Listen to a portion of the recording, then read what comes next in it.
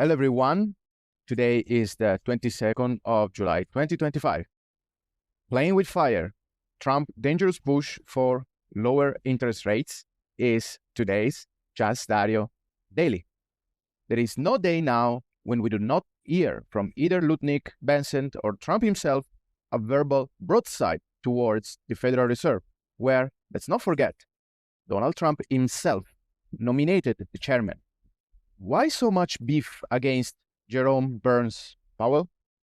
According to them, the Fed should be cutting rates all the way down to 1% and save the US roughly $700 billion a year of interest expenses on its government debt. First of all, if the Fed cuts interest rates, that doesn't imply investors would be willing to allocate capital in US T-bills or US Treasuries in the same amounts they do at the current yields. Here is one key element that many people in power, and not only in the US, but across the globe, fail to understand. In a free market, interest rates are one of the most important factors that determine the allocation of capital across asset classes. If interest rates set by central banks are too low, investors will naturally allocate more capital to asset classes with a higher expected return. Fixed income interest rates are always nominal, which means that investors will take into account the level of inflation to determine whether or not to invest in an instrument that is designed for capital preservation, not for capital gains. If you think that investors make their own decisions based on the CPI level that the US BLS communicates every month, then it's time to stop believing in fairy tales. Any investor makes an investment decision based on the level of inflation he or she perceives in their day-to-day life. As a consequence, even if the BLS says prices did not grow this month, the investor won't be able to ignore how much they spend compared to their income from work activities combined with their income from investment activities. The moment a bank deposits a T-bill or a treasury note no longer pays enough to satisfy investors' demand for capital preservation and eventual appreciation, the investors will naturally drift away to other asset classes. Other asset classes like stocks, crypto, or corporate bonds naturally provide higher returns simply because they are riskier. Here is another area where interest rates are key again, because if interest rates are too low, not only strong companies and projects, but also zombie companies will be able to access funding, remaining operational instead of going bankrupt. This is a clear distortion of the risk profile that is being artificially lowered, creating the false impression that higher returns can be earned for the same unit of risk that, in theory, risk-free government bond can provide. A second and very important element is the treatment of the Fed as if the institution were just the US central bank, and the repercussions of its actions don't go beyond the US borders. As I said many times before, it is wrong to look at central banks' policies in isolation when the global financial system has become so interconnected. Why do you think the Fed rate hike campaign has been so ineffective this time around to tame demand for speculative asset classes, and the stock bubble is lasting so much longer than many, including myself, expected? Because other central banks, especially the Bank of Japan, keep printing too much currency that does not stay within the national borders, but keeps flooding the global financial system with cheap capital. A third critical element so many are failing to understand is that central banks lowering rates when the demand for risk assets is very high, if not totally irrational, like now, does not help the real economy at all, but quite the opposite. Why? Because lowering interest rates means loosening financial conditions even more. It increases the supply of currency in the financial system.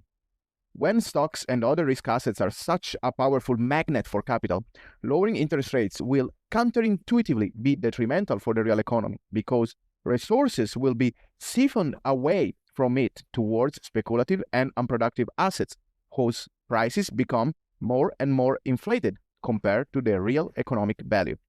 This is an example of what I'm talking about, and that I shared on X during the last weekend.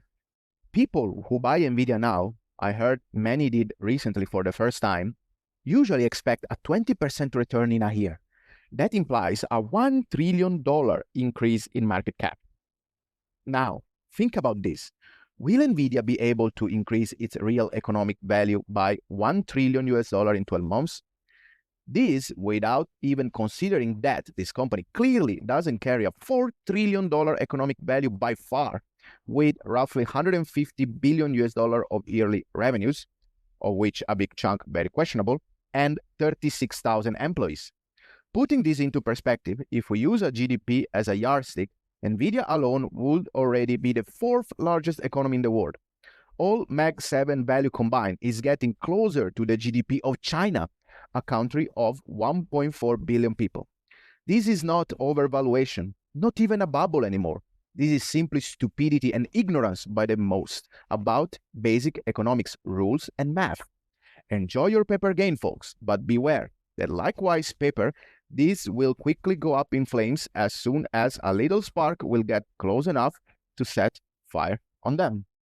I could spend hours listing all examples of incredible capital misallocation, from Palantir to Oklo, from more and more companies raising capital to pursue a Bitcoin treasury strategy, to credit spreads trading at rock bottom levels despite the poor shape of the real economy.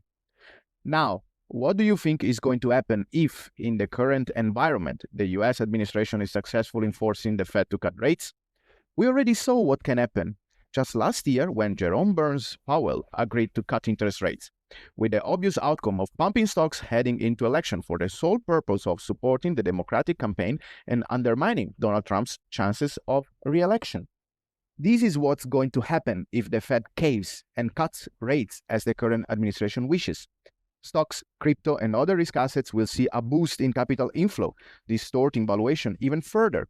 In order to achieve a $700 billion nominal savings in interest rate expenses on government bonds, the US administration will have to front-load all the funding towards short-term T-bills because, without a strong yield curve control in place, investors will be more and more unwilling to hold long-term US treasuries, dumping them and pushing long-term yields higher.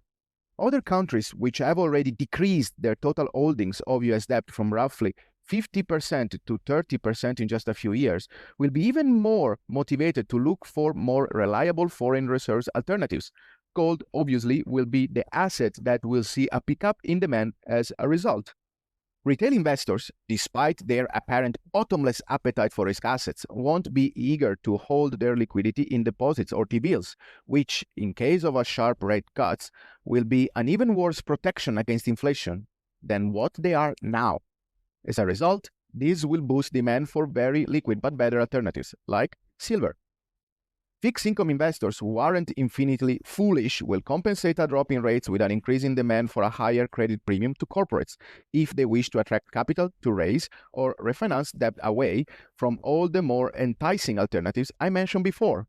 However, it is when credit premiums start to price properly that corporate defaults start triggering, not the opposite, as it happened every single time right after the Fed started to cut rates aggressively.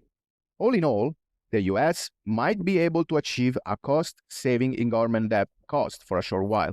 But then, what's going to happen when the bubble, which in the meantime grew larger, ultimately bursts? Like it happened in 2008 after the Fed started to cut rates in 2007, or in 2020 after the Fed started to cut rates in 2019, the ultimate cost for the economy will be immensely greater than the brief period of savings for the public budget. Clearly, what the Fed should be doing instead right now should be to hike rates and burst the speculative bubble, first containing the bailout costs needed to keep the economy afloat afterwards. But hey, is there ever going to be a politician willing to risk such a move without the certainty that the economy is back on its feet by the time the next elections take place?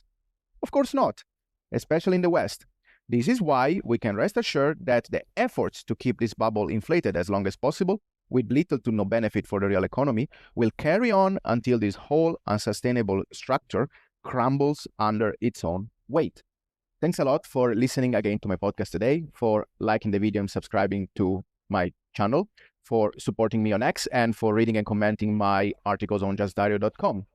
I would like also to remind you of the 1 month free promotion to access the incredible credit risk analytics for stocks that we develop at Synex.